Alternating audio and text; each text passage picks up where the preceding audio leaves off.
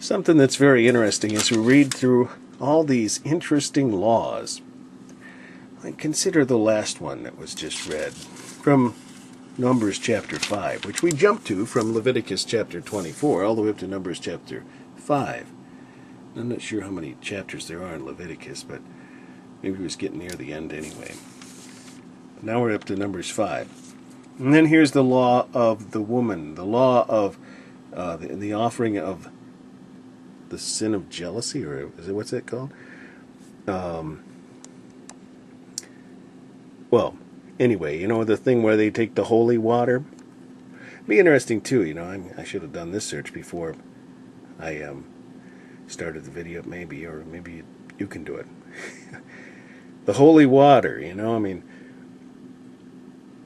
what was, the holy water was used for something, but, the Catholic Church seems to think that we still need to use holy water, of course, but do they still do this? They want to institute and continue the law of God, in this way. Do they do this kind of a thing too?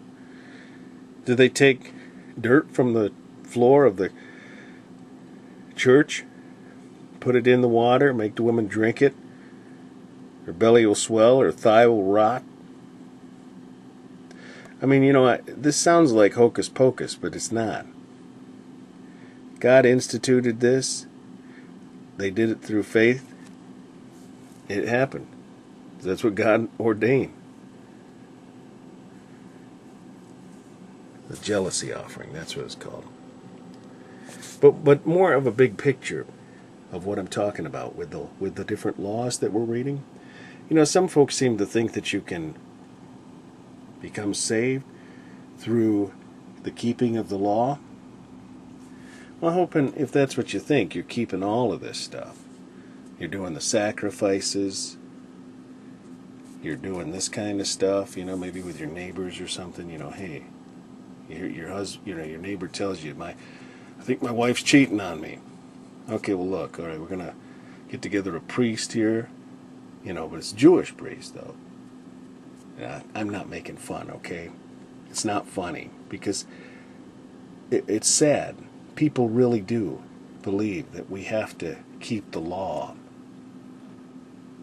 I have a guy writing to me asking me to do some narration for some of his videos. And he makes very good videos. But unfortunately, the fellow is under the impression that we need to keep the law of God in order to be saved. That's nonsense. One of the things I'll never argue with a Jewish person on is keeping of the Sabbath, because it is it's a statute between God and the Jews forever. One of the reasons why, by the Jews keeping the ordinance of the did I say Passover? I meant Sabbath. I don't know if I said it's Passover, but I meant Sabbath. If I did,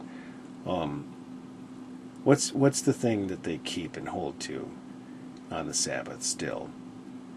No work, right? You know why?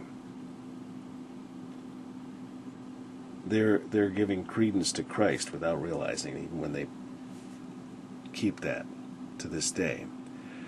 Because it's not by works of righteousness which we have done, but according to His mercy He saved us. It says not of works, for by faith are ye saved, for by grace are ye saved through faith, and that not of yourselves, it is the gift of God. Not of works, lest any man should boast. Not of works. Christ died as they were preparing for the Sabbath. They put Him in the tomb, and He rested during the Sabbath. They came to find His body resurrected at the end of the Sabbath. God rested on the seventh day in honor of His Son. No work. It's honoring Christ without even knowing it. There's other ways that the Jews honor God. They no longer do the sacrifices. Why is that? Because the great sacrifice has already come.